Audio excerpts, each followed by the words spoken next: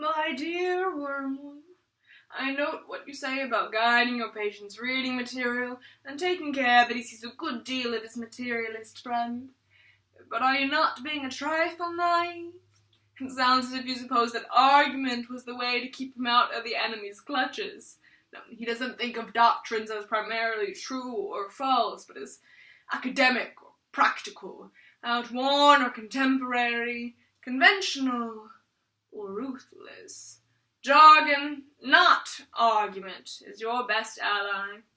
Don't waste time trying to make him think that materialism is true. Make him think that it is strong or stark or courageous. That it is the philosophy of the future. That is the sort of thing he cares about. And in the very act of arguing, you strengthen your patient the fatal habit of attending to universal issues and withdrawing his attention from the immediate stream of sense experience. Your business is to fix his attention on the stream. Teach him to call it real life, and don't let him ask what he means by real. It is funny how mortals always picture us as putting thoughts into their mind. In reality, our best work is done by keeping things out. Yours affectionately, Screwtape.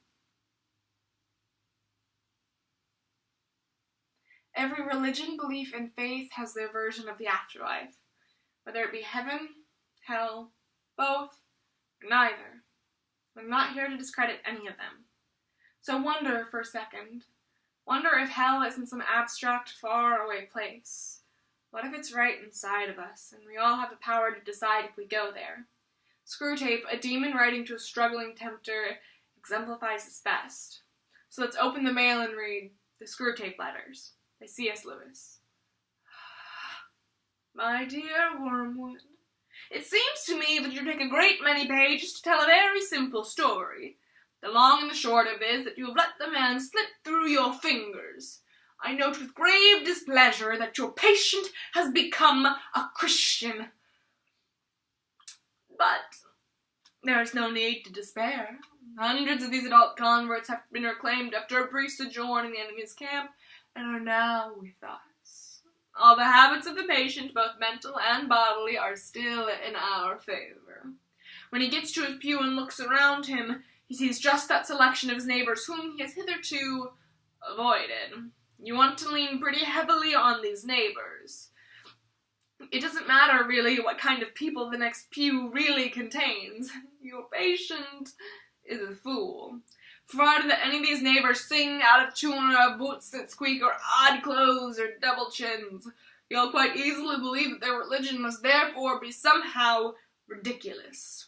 Work hard, then, on the disappointment or anticlimax which is coming to him during his first few weeks as a churchman. The enemy allows this disappointment to occur on the threshold of every human endeavor. It occurs when the boy who's been enchanted in the nursery by stories of the Odyssey buckles down to really learning Greek. It occurs when lovers have gotten married and begin the real task of learning to live together.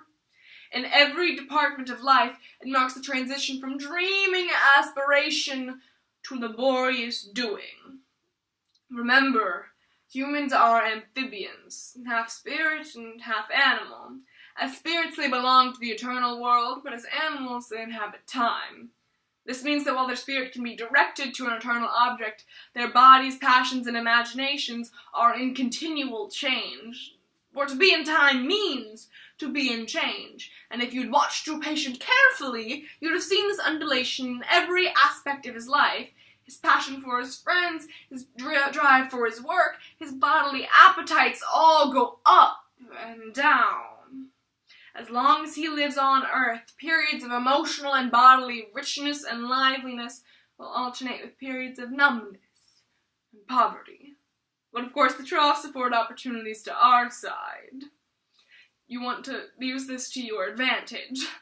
But oh, don't let me forget that you allowed him two real positive pleasures. You first of all allowed him to read a book he really enjoys because he enjoyed it, and not in order to make clever remarks about it to his new friends. You second of all allowed him to walk down to the old mill and have tea there. A walk through the country he really enjoys and taken alone. Were you so ignorant as to not see the danger of this? The characteristic of pain and pleasure is that they are unmistakably real, and therefore, as far as they go, give the man who feels them a touchstone of reality. But you are trying to damn your patient by the world, is it? That is by palming off vanity, bustle, and irony, and expensive pleasures. How can you have failed to have seen that a real pleasure was the last thing that you ought to have let him meet?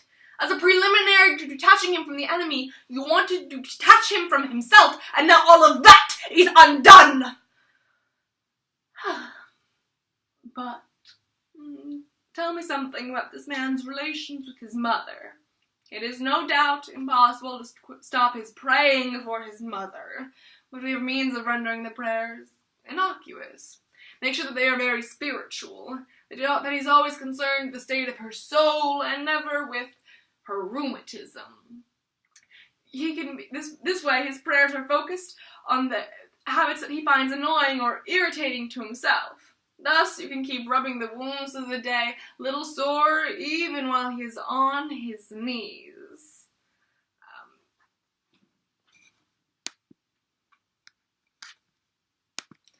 He will, in some aspect, be praying for an imaginary person. It'll be your task to make the imaginary person daily less and less like the real mother.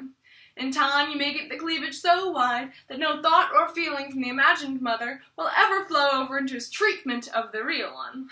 I have had patients of mine so well in hand they can be turned at a moment's notice from impassioned prayer for a wiser son's soul to insulting or beating the wife or son without a qualm. In civilized life, domestic hatred usually expresses itself by saying a thing that would appear quite harmless on paper, but at a time or with such a tone, they are not short of a blow in the face.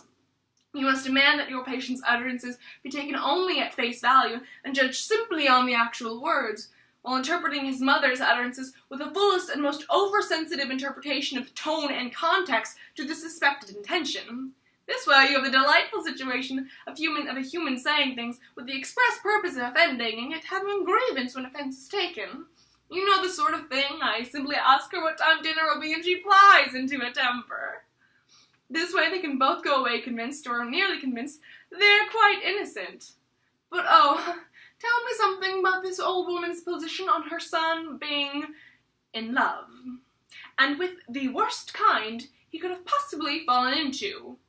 Not just a Christian, but such a Christian, a vile, sneaking, simpering, demure, watery, monosyllabic, virginal bread and butter miss, the little brute.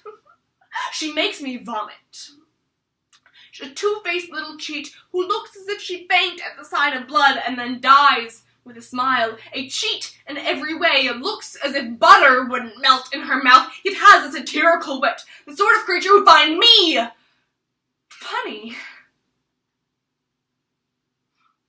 Virginal little prude, yet ready to fall into this man's arms like any other breeding animal. And then, of course, he gets to know this woman's family and whole circle. How can you have not seen that the very house she lives in is one that he ought never to have entered?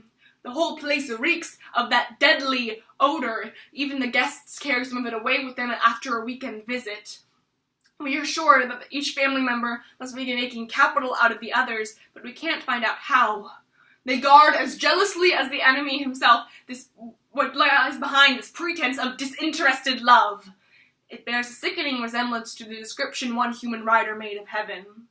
The regions where all is life, and therefore all that is not music, is silence. Music and silence. How I detest them both. We will make the whole universe a noise in the end. We have made great progress in this direction as regards the earth.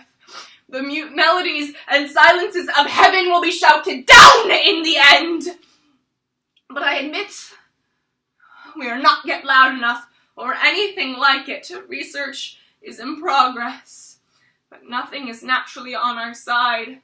We fight under cruel disadvantages. Everything has to be twisted before it's any use to us, and meanwhile, you disgusting little... For a long time, it will be quite impossible to remove spirituality from his life. Very well, then. We must corrupt it. Indeed, the safest road to hell is the gradual one, the gentle slope, soft underfoot, without sudden turnings, without milestones, without signposts. Yours affectionately, Screwtape. Okay. Sorry for that little bit where I didn't remember. I just had a mind blank. But thanks.